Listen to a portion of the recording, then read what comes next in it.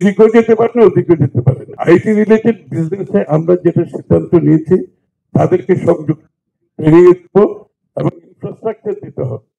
আপনি যদি IT related business develop করতে হয়, আপনাকে রোবাস্ট ইন্টারনেট থাকতে হবে, আপনাকে পাওয়ার সাপ্লাই এনশিওর করতে হবে। আমরা সেই জায়গায় বিনিয়োগ করবো, আমরা মেগা প্রজেক্টে যাব না, যাতে করে গ্রামে গঞ্জে থেকে আমাদের ছেলেমেয়েরা অনলাইন রিয়েল টাইম ব্যবসাগুলো করতে পারে, তাদের প্রোডাক্টগুলো বিক্রি করতে পারে, তারা কল সেন্টারে কাজ করতে পারে, তারা ডেটা সেন্টারে কাজ করতে পারে। IT related business is the biggest, one of the biggest employer in many developing countries. সুতরাং আমরা ওইখানে আমাদের বিনিয়োগের কথা বলেছি। আমরা ইনভেস্টমেন্ট ড্রিভেন একটা ইকোনমির কথা বলছি। আমরা বিগত দিনে দেখেছি ওই যে 18-17 বছরে টাকা ছাপিয়ে দেশের উন্নয়ন করার চেষ্টা করেছে, ঋণ নিয়ে উন্নয়নের কথা চেষ্টা করেছে। টাকা ছাপিয়ে ঋণ নিয়ে কোন দেশের সাস্টেনেবল ইকোনমি হবে না।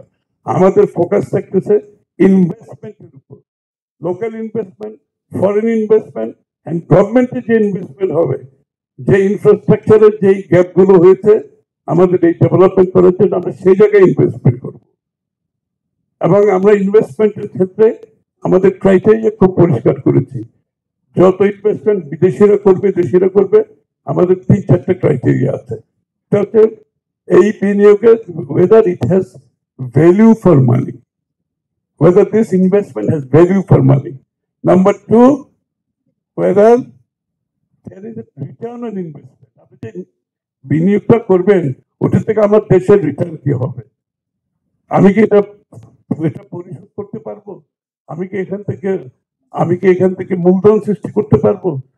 থার্ড হচ্ছে আপনার জব ক্রিয়েশন হচ্ছে কিনা, যে ইনভেস্টমেন্টটা আমরা করতে চাচ্ছি সেখানে জব ক্রিয়েশন হচ্ছে না, আমরা জবলেস গ্রোথ চাই না, আমরা জব ক্রিয়েশন হচ্ছে। ফোর্থ হচ্ছে আপনার পরিবেশের এখানে কেয়ার নেওয়া হয়েছে কিনা, আমরা পরিবেশকে ধ্বংস করে নষ্ট করে ওই বিনিয়োগে আমরা যেতে চাই না। কারণ 18 কোটি মানুষের ছোট দেশে বাস করি, এইখানে পরিবেশ আমাদের জন্য অত্যন্ত গুরুত্বপূর্ণ। আমরা বায়োডাইভার্সিটি নষ্ট করতে চাই না, আমরা ইকোসিস্টেম নষ্ট করতে চাই না, আমরা নো নেট লস। আপনি যদি কোনো বায়োডাইভার্সিটি লস সেটাকে মেকআপ করার জন্য প্রোগ্রামের মধ্যে থাকতে হবে, আপনাকে মিটিগেশন হায়ারার্কি মানতে হবে। সুতরাং আমরা কমপ্লিটলি আমাদের বিনিয়োগের যে ক্রাইটেরিয়া গুলো আমরা সিদ্ধান্ত নিয়েছি। এবং আজকে হচ্ছে বিনিয়োগের আরেকটা বড় জায়গা হচ্ছে আপনার ক্যাপিটাল মার্কেট।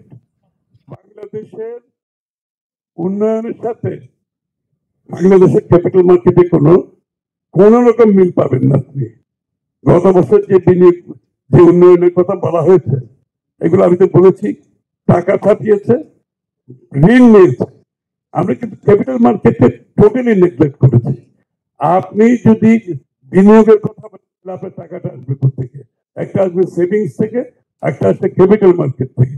আমরা কি করেছি, আমরা হাই স্ট্রিট ব্যাংক থেকে সব টাকা নিয়েছি, হাই স্ট্রিট ব্যাংকের ডিপোজিট নিয়েছে শর্ট টার্ম, ল্যান্ডিং করেছে লং টার্ম, যার ফলে আজকে ব্যাংক সেক্টর, আপনি যে ব্যাংকিং সেক্টরের যে সমস্যা দেখতে পাচ্ছেন, এটা আমরা চাই যে হাই স্ট্রিট ব্যাংকগুলো ল্যান্ডিং করবে, ডোমেস্টিক হাউস হোল্ডে করবে, ওয়ার্কিং ক্যাপিটালে করবে, অন্যান্য এরিয়াতে করবে, বাট ক্যাপিটাল ইনভেস্টমেন্ট আসতে হবে ক্যাপিটাল মার্কেট থেকে। সুতরাং আমরা security and exchange commission, Bangladesh bank, এগুলোতে সঠিক লোকজন আপনাকে নিয়োগ করতে হবে। এই প্রতিষ্ঠানগুলোকে আপনি পলিটিসাইজেশন করতে পারবেন না, এইগুলোকে ইন্ডিপেন্ডেন্টলি চালাতে হবে। এবং যখন ক্যাপিটাল মার্কেট, আপনি বর্তমানে আমরা ফ্রন্টিয়ার মার্কেটে আছি, ফ্রন্টিয়ার মার্কেটে গ্লোবাল ইনভেস্টমেন্ট হচ্ছে আপনার টোটালি 5-6 বিলিয়নের উপর কোনো সময় হয়, বাট আমাকে ইমার্জিং মার্কেটে ঢুকতে হবে। ইমার্জিং মার্কেটে হচ্ছে ট্রিলিয়ন অফ ডলার বাংলাদেশে আসার জন্য তৈরি আছে, কিন্তু আমরা ক্যাপিটাল মার্কেট ধ্বংস করে দিয়েছি গত 15-16 বছরে। আমি গর্ব করে বলছি না, বিএনপির সময় কোনোদিন শেয়ার বাজারের পতন হয় নাই, কারণ হচ্ছে আমরা কোনোদিন পলিটিসাইজ করিনি। আপনি যদি অ্যাপয়েন্টমেন্ট গুলো দেখবেন সিকিউরিটি অ্যান্ড এক্সচেঞ্জ কমিশন, বিএনপির সময় অল নন পলিটিক্যাল। আপনি কেন্দ্রীয় ব্যাংকের আমাদের অ্যাপয়েন্টমেন্ট গুলো দেখবেন, অল নন পলিটিক্যাল। আমরা কোনো সময় পলিটিসাইজ করি নাই। এইগুলোকে আপনার ইন্ডিপেন্ডেন্টলি চালাতে হবে। আপনি বিগত দিনে ওই ফাইন্যান্স মিনিস্ট্রিতে ব্যাংকিং ডিভিশন একটা করেছে, সেটা আমরা বন্ধ করে দিয়েছিলাম বিএনপির সময়, তারা আবার করেছে। কারণ এটা তো দুর্নীতির সুবিধা আছে, তাদের নিয়োগ করছে তাদের নিজস্ব এমডি, তাদের বোর্ড, তারপরে লোন দেওয়া হচ্ছে তাদের নির্দেশে। এটা ফাইন্যান্স